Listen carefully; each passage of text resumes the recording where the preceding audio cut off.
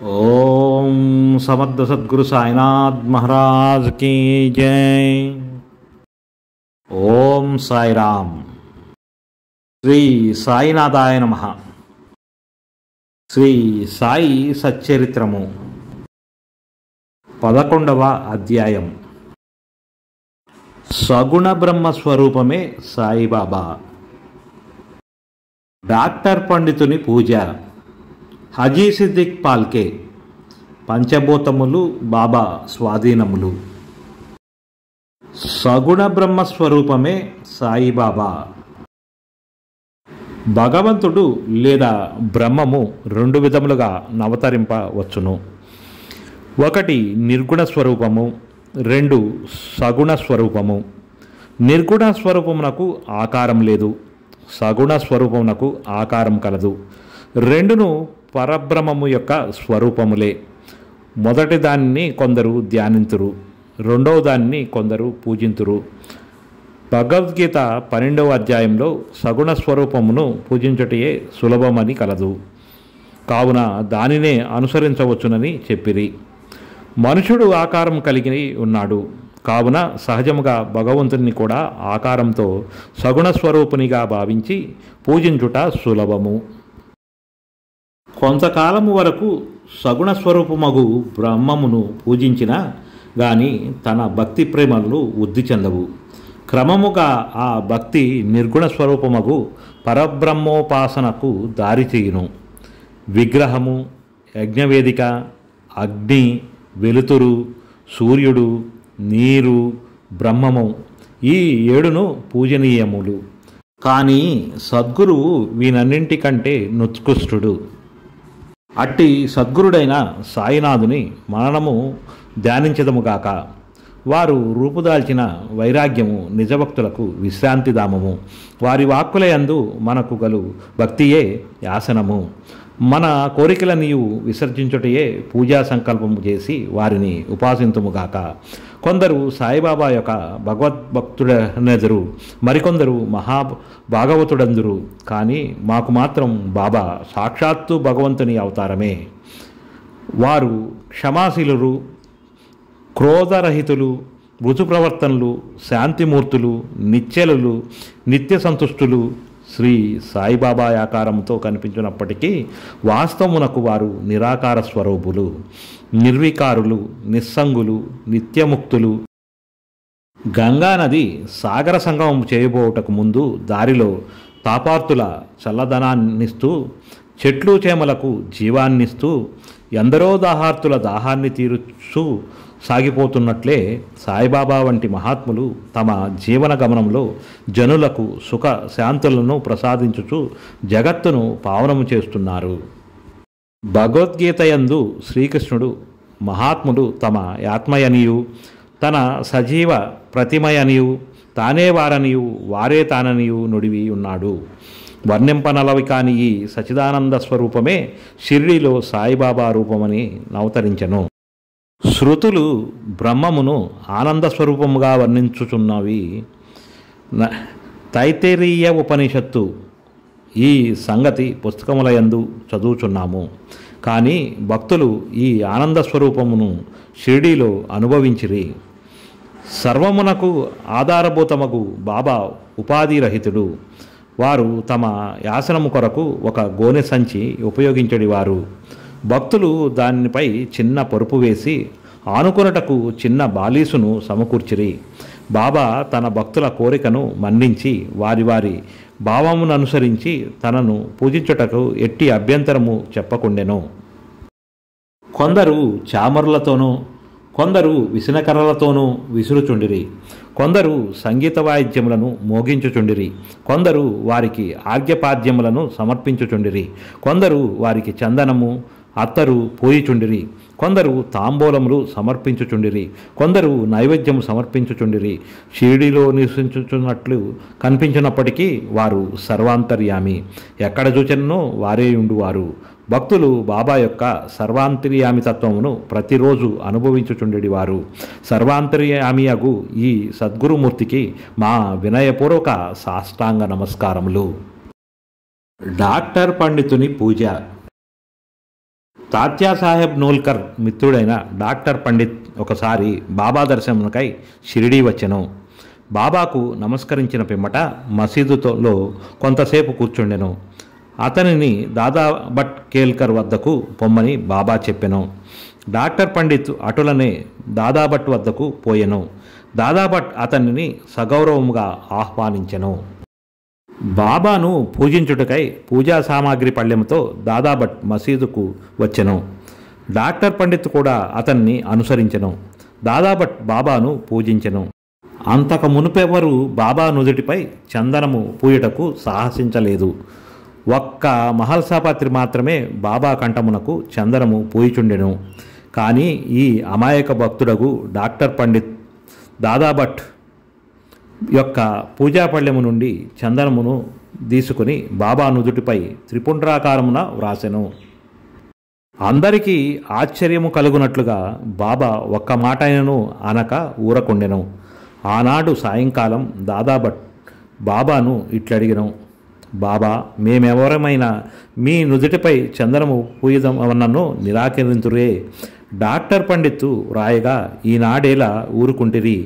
అందులకు బాబా ప్రసన్నముగా ఇట్లు సమాధానమిచ్చెను, నేనొక ముస్లమాన్నను అని, తానొక సద్బ్రాహ్మణుడని, ఒక మహమ్మదీయుని పూజించడం ద్వారా తాను మైలపడిపోవుదుననే దురాభిమానం లేకుండా అతడు నాలో తన గురువును భావించుకొని అట్లు చేసెను.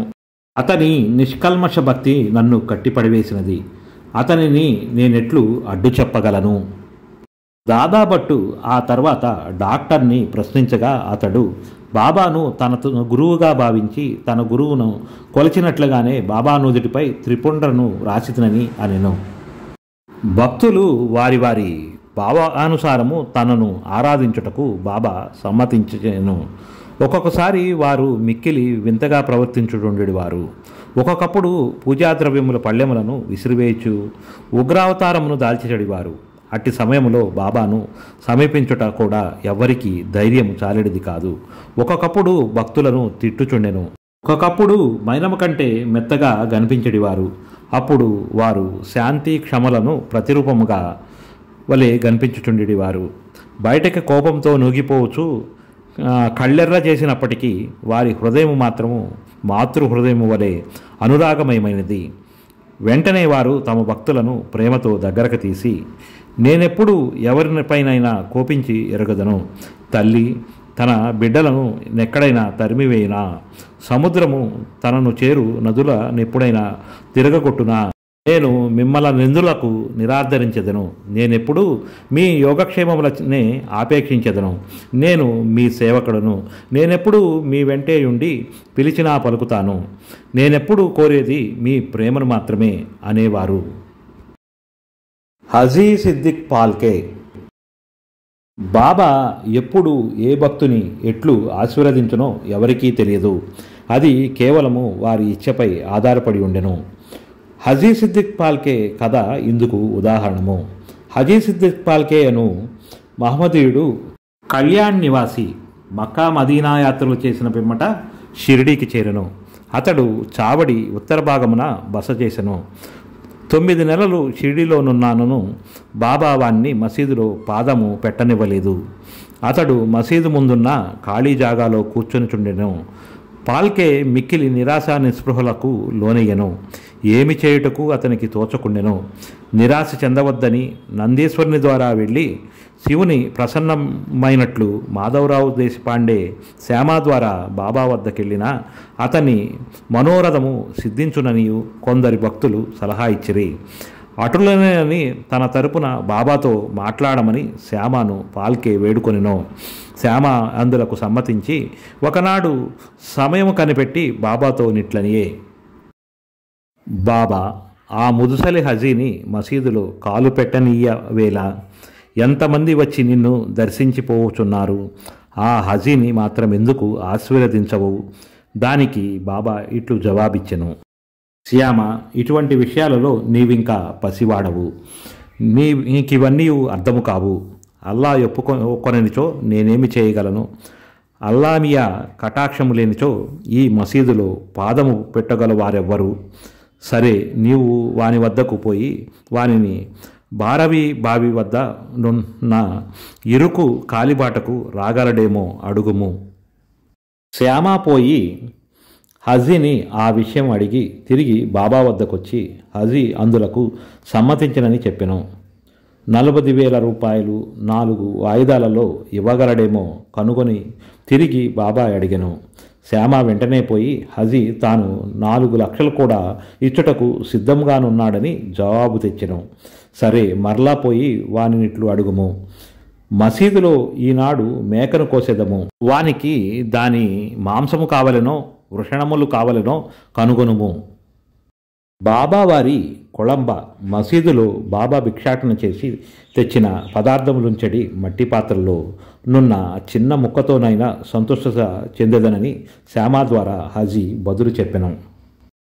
ఇది వినగానే బాబా మిక్కిలి కోపంతో మసీదులోని కొళంబ నీటి కుండలను బయటకి విసిరివేచి తిన్నగా చావిడిలోనున్న హజీ వద్దకు పోయి తన కఫ్నీని పైకెత్తి పట్టుకుని తీవ్ర స్వరంతో, నన్ను గురించి ఏమనుకునుచున్నావు?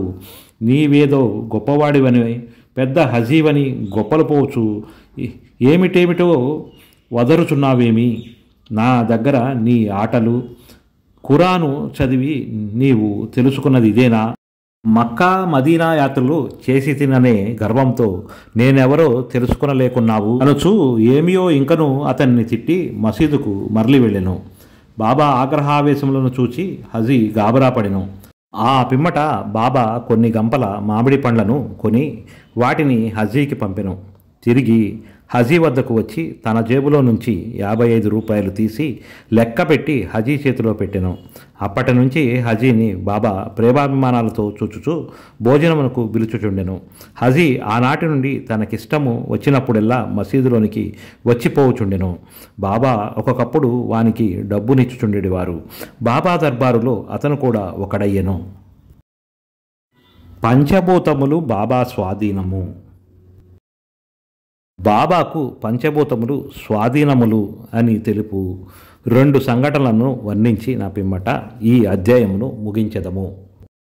ఒకనాడు సాయంకాలం షిరిడీలో గొప్ప తుఫాను సంభవించెను. నల్లని మేఘములు ఆకాశమును కప్పెను. గాలి తీవ్రముగా వీచెను. ఉరుములు మెరుపులతో కుంభవృష్టి కురిచెను. కొంతసేపటిలో నేల ఎంతయును జలమయమయ్యెను. పశుపక్షాది జీవకోటితో సహా జనులందరూ మిక్కిలి భయపడిరి. షిరిడీ గ్రామంలో కొలువయ్యున్న శని, శివపార్వతులు, మారుతి, ఖండోబా మొదలైన దేవతలెవ్వరూ వారిని ఆదుకొనలేదు. కావున వారందరూ మసీదుకొచ్చి బాబాను శరణజొచ్చిరి. తుఫానును ఆపివేయమని బాబాను వేడుకొనిరి. ఆపదలోనున్న జనులను చూచి బాబా మనస్సు కరిగెను. వారు బయటకు వచ్చి మసీదు అంచున నిలబడి బిగ్గరగా, ఆగు, నీ తీవ్రతను తగ్గించు, నెమ్మదించు అని గర్జించిరి. కొన్ని నిమిషంలో వర్షము తగ్గెను. గాలి వీచుట మానెను. తుఫాను ఆగిపోయెను. చంద్రుడు ఆకాశమును కనిపించెను. ప్రజలందరూ సంతుష్టి చెంది వారి వారి గృహములకు పోయిరి. ఇంకొకప్పుడు మిట్ట మధ్యాహ్నం దునిలో మంటలు అపరిమితముగా లేచెను.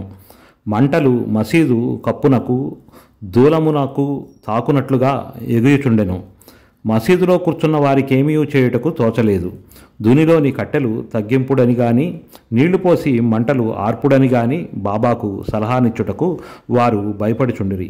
వారి భయోందోళనను బాబా వెంటనే గ్రహించి తన సటకాతో పక్కనున్న స్తంభంపై కొట్టుచు, దిగు దిగు, శాంతించుము అనిరి. ఒక్కొక్క సటకా దెబ్బకు కొంచెము కొంచెము చొప్పున మంటలు తగ్గిపోయి దుని యథాపూర్వకముగా మితముగా మండుసాగినవు. భగవదవతారమైన శ్రీ సాయినాథురట్టివారు వారి పాదములపై పడి సాష్టాంగ నమస్కారం చేసి సర్వస్వ శరణాగతి వేడిన వారినెల్లా వారు కాపాడెదరు. ఎవరైతే భక్తి ప్రేమలతో నీ అధ్యాయంలోని కథలను నిత్యం పారాయణం చేసెదరో వారు కష్టములన్నింటి నుండి విముక్తులగుదురు. అంతేకాక సాయి అందే అభిరుచి భక్తి కలిగి త్వరలో భగవత్ సాక్షాత్కారమును పొందెదరు.